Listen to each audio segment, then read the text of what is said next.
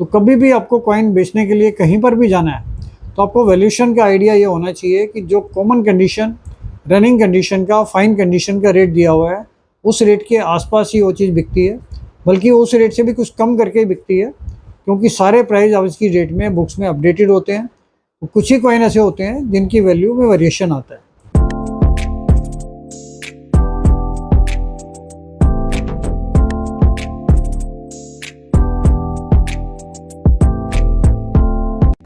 दोस्तों नमस्कार, royal arts and numismatic gallery रंग के यूट्यूब चैनल पर आपका स्वागत है। दोस्तों आज इस एपिसोड में हम बात करेंगे ब्रिटिश इंडिया कॉइन्स की। तो जैसा आपको पता है कि रंग की तरफ से हमने कई बार अपने प्रोडक्ट निकाले हैं, जिसमें ब्रिटिश इंडिया नॉन सिल्वर में हमने डेट वाइज, मिंट वाइज कुछ फाइलें निकाली हैं, जिसमें हम डेट वाइज तो निकाल चुके हैं और करीब 100 के आसपास हम डेट वाइज फाइलें अपनी बेच चुके हैं। तो इसी तरीके से हम बहुत सारे और कंसेप्ट निकालते हैं ब्रिटिश इंडिया में, जैसे एम्परर सेट है और इसमें हम मिंट वाइज भी कोशिश कर रहे हैं, अब बना रहे हैं। तो अगर आप कोई भी ब्रिटिश इंडिया के कॉइन्स जो नॉन सिल्वर में आते हैं, कॉपर में, कॉपर निकल में, ब्रास में, ब्रॉन्ज में, जितने भी कॉइन हैं ये हम शुरू से ही इंटरेस्ट इसमें सबसे ज़्यादा रहा है, क्योंकि मेरा सबसे ज़्यादा इंटरेस्ट शुरू से ही लास्ट 20 साल से कॉपर, कॉपर निकल, ब्रास और ब्रॉन्ज, इन कॉइन्स में सबसे ज़्यादा इंटरेस्ट रहा है। तो इन चीज़ों का हम परचेजिंग रेगुलर करते हैं। अगर इसमें आपके पास यूएनसी कंडीशन हो तो यूएनसी कंडीशन का हमारे पास बहुत अच्छा रेट आपको मिल सकता है, क्योंकि यूएनसी कंडीशन का माल मटेरियल कम आता है और ये हम हमेशा इसको ढूंढते रहते हैं। दोस्तों इसके बाद 1875 के बाद 1876 भी एक रेयर और स्केयर कॉइन में आता है, और अगर इसकी अच्छी कंडीशन है तो इसकी वैल्यू भी काफ़ी अच्छी जा सकती है, लेकिन ये नॉर्मली वीक कंडीशन में ही आते हैं। तो 1876 वाला जो कॉइन है, हाफ आना कॉपर का, बड़े साइज़ का आता है, इसकी वैल्यू भी आप मानकर चलिए कि 600-700-800 से शुरू होके और 7-8 हज़ार रुपये तक भी जा सकती है, अगर कंडीशन इसकी बहुत अच्छी है तो 1876 के बाद नंबर आता है 1877। ये विक्टोरिया एम्प्रेस का आता है और इसकी वैल्यू भी डिपेंड करती है कंडीशन पे। ये भी नॉर्मली वीक कंडीशन के आते हैं। इसकी वैल्यू 400 रुपये से शुरू होके, 400-500 से शुरू होके और 2-3 हज़ार, 4 हज़ार तक जा सकती है। तो ये भी अगर अच्छी कंडीशन में है तो ये बहुत ईजीली बिक जाता है, और रनिंग कंडीशन में है तब भी हमारा इंटरेस्ट होता है कि हम इसको परचेज़ करते हैं। तो ये हाफ आने में स्केयर और रेयर रेट्स थी जो हम परचेज़ कर रहे हैं।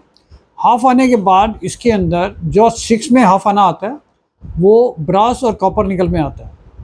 तो उसके अंदर 1945 एक स्केयर डेट है, जिसकी वैल्यू आपको 50 रुपये से 100 रुपये तक मिल सकती है, क्योंकि हाफ आना जो ब्रास में और कॉपर निकल में आता है तो नॉर्मली उसकी वैल्यू जो होती है रनिंग कंडीशन में 8 रुपये से 15-20 रुपये तक होती है, यूएनसी कंडीशन में 50 से 80 रुपये तक होती है। तो उसके अंदर अगर आपके पास 45 है और वो ठीक कंडीशन में है तो 50 से 100 रुपये तक हम परचेज़ कर रहे हैं।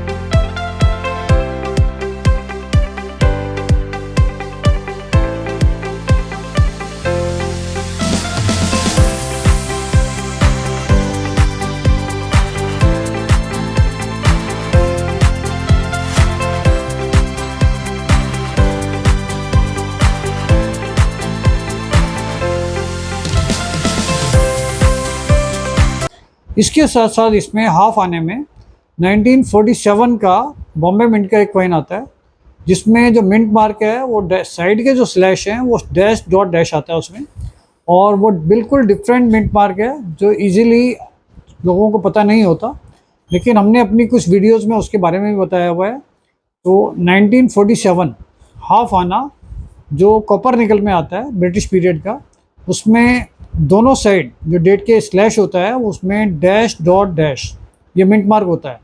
अगर डैश डॉट डैश है तो वो बॉम्बे मिंट का कॉइन है और वो रेयर कॉइन है। उसकी वैल्यू भी 1000 रुपये से 4-5 हज़ार रुपये तक जा सकती है। तो इसमें ये दो ही कॉइन रेयर होते हैं। इसके बाद इसमें आता है एक आना, जो कॉपर निकल में और ब्रास में दोनों में आता है। इसके अंदर भी आपका 1938 कुछ स्क्वायर है जिसकी वैल्यू 100 से 200 रुपये ईजीली आपको मिल सकती है। उसमें एक आने में 1933 ये कॉइन भी कुछ स्क्वायर में है और इसकी वैल्यू भी आपको मिल सकती है। और इसमें अगर देखा जाए तो एक आना शुरू हुआ था एडवर्ड पीरियड में। तो एडवर्ड में 1907, 1908, 1909, 1910 ये चारों डेटें ही रेयर होती हैं, लेकिन इसकी कंडीशन भी नॉर्मली अच्छी नहीं मिलती है। और अगर कंडीशन वीक होती है तो इसकी वैल्यू भी 100 रुपये से शुरू होके और 3000 रुपये तक जा सकती है। अगर इसकी कंडीशन यूएनसी है तो 3 से 4000 में भी ये बिक जाता है। तो अगर कंडीशन वीक है, डिपेंडिंग ऑन कंडीशन, आप मानकर चलिए कि 100-150 से शुरू होके ये 3000-4000 तक एक एक कॉइन बिक सकता है। तो 1907, 1908, 1909, 1910 ये चार ही डेट इसमें आती हैं। और जैसे जैसे हमने 20 साल में इन चीज़ों में काम किया है तो ऐसा भी सुनने में आया है कि 1906 का भी एडवर्ड कभी आता था और सिर्फ कुछ ही लोग ऐसे हैं जिनके पास वो है और वो बहुत अच्छी रेयरिटी में होगा मेरे हिसाब से, उसकी वैल्यू अगर वो मिलता है, क्योंकि मैंने भी अभी तक उसको देखा नहीं है। तो 1906 का अगर एडवर्ड का वन आना मिलता है आपको तो आप मानकर चलिए उसकी वैल्यू 20,000 से 50,000 तक हो सकती है और वो एक महंगा कॉइन होगा। तो एडवर्ड के बाद जॉर्ज फिफ्थ में 1912, 1913, 1914, 1915 ये भी एक स्क्वायर डेट्स हैं।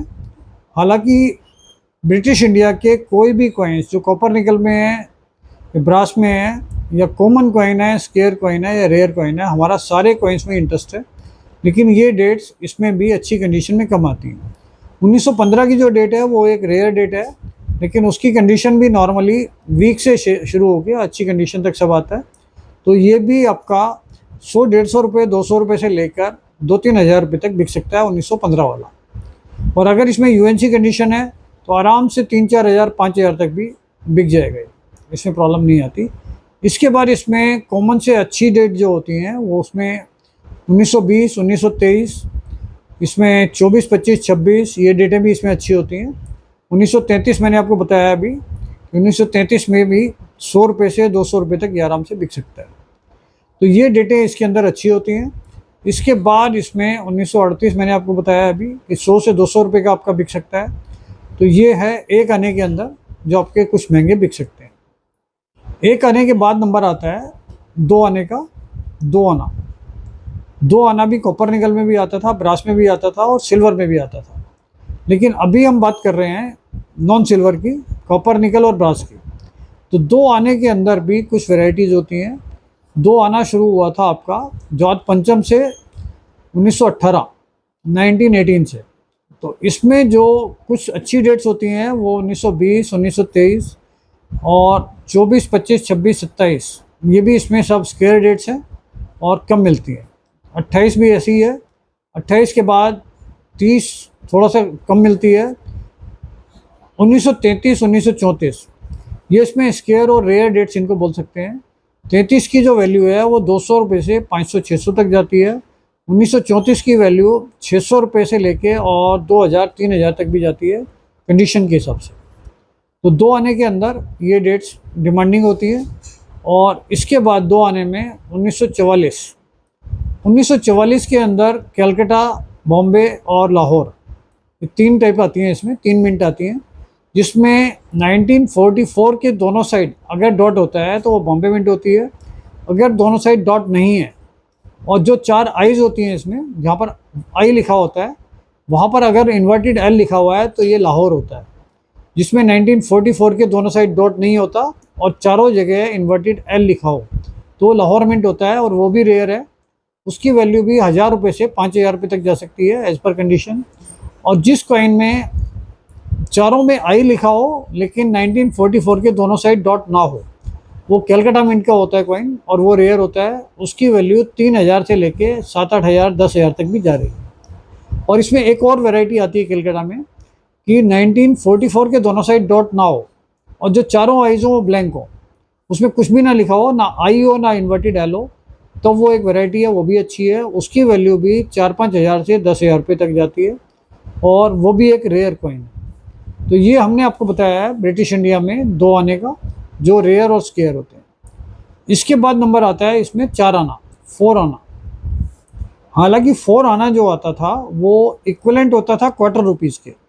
अगर ब्रिटिश पीरियड के हिसाब से आप कैलकुलेट करेंगे तो क्वार्टर आना, ये 4 आना और क्वार्टर रुपीज़ सिल्वर में भी आती थी, लेकिन चांदी की शॉर्टेज होने की वजह से ये 3 साल तक 1919, 1920, 1921 ये 3 साल तक ब्रिटिश इंडिया ने कॉपर निकल में 4 आना बनाए थे, जो 3 ही डेट आती हैं।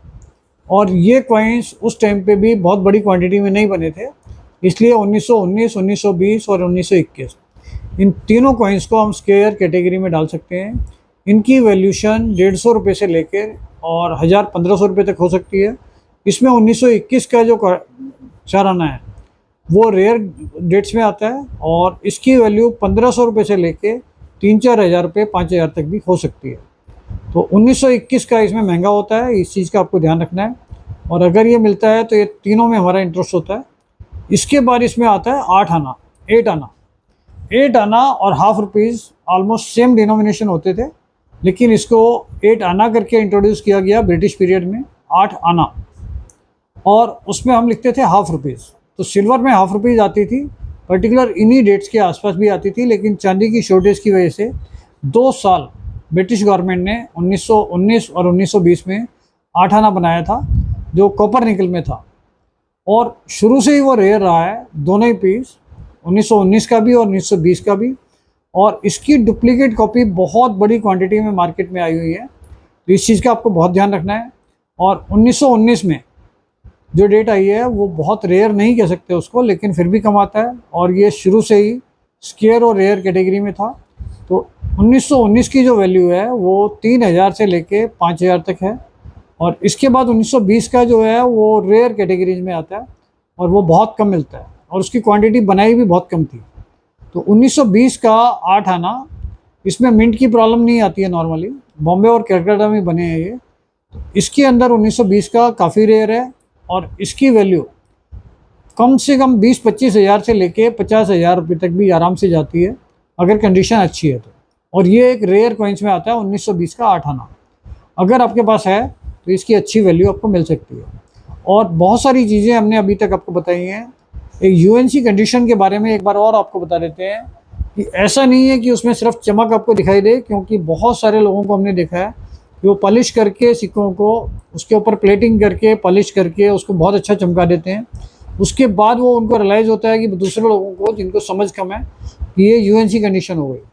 यूएनसी के लिए आपको बहुत ध्यान से उस कॉइन को बहुत अच्छे तरीके से देखना पड़ता है कि यूएनसी का पहली बात तो ये हो गई कि उसका लस्टर एज इट इज़ होता है, वो ख़राब ना हो, उसमें किसी तरीके की कोई हवा ना लगी हो, क्योंकि जहाँ क्लाइमेट मॉइस्चर ज़्यादा होता है वहाँ पर भी वो काला हो जाता है, तो मॉइस्चर की वजह से उसका जो लस्टर होता है वो ख़राब हो जाता है। इसके साथ साथ उस कॉइन की जो डिटेल्स है, जब आप कॉइन्स को देखते हो तो उसके अंदर आपको बहुत आराम से पता चल जाता है कि ये पॉलिश करा हुआ है और या फिर ओरिजिनली जब ये मिंट से बनकर आया था, क्योंकि जब डाई से स्ट्रक होता है तो उसकी शार्पनेस बहुत अच्छी होती है पूरे कॉइन्स की, और ये शार्पनेस जब भी तक रहती है, अगर वो सर्कुलेट हो जाता है तो वो शार्पनेस ख़त्म हो जाती है, लस्टर उसमें से ख़त्म हो जाता है। फिर आप उसमें कितनी भी पॉलिश करके कितनी भी चमक ले आओ, लेकिन दोबारा उसको आप यूएनसी नहीं बना सकते। तो इस चीज़ के लिए आपको ख़ास तौर से ध्यान रखना है कि आप किसी बहकावे में या किसी का मिसगाइड होने की वजह से वो पॉलिश करे हुए माल को यूएनसी ना समझें, और यूएनसी कंडीशन के हिसाब से अगर आप गलती से उसको ले लेते हो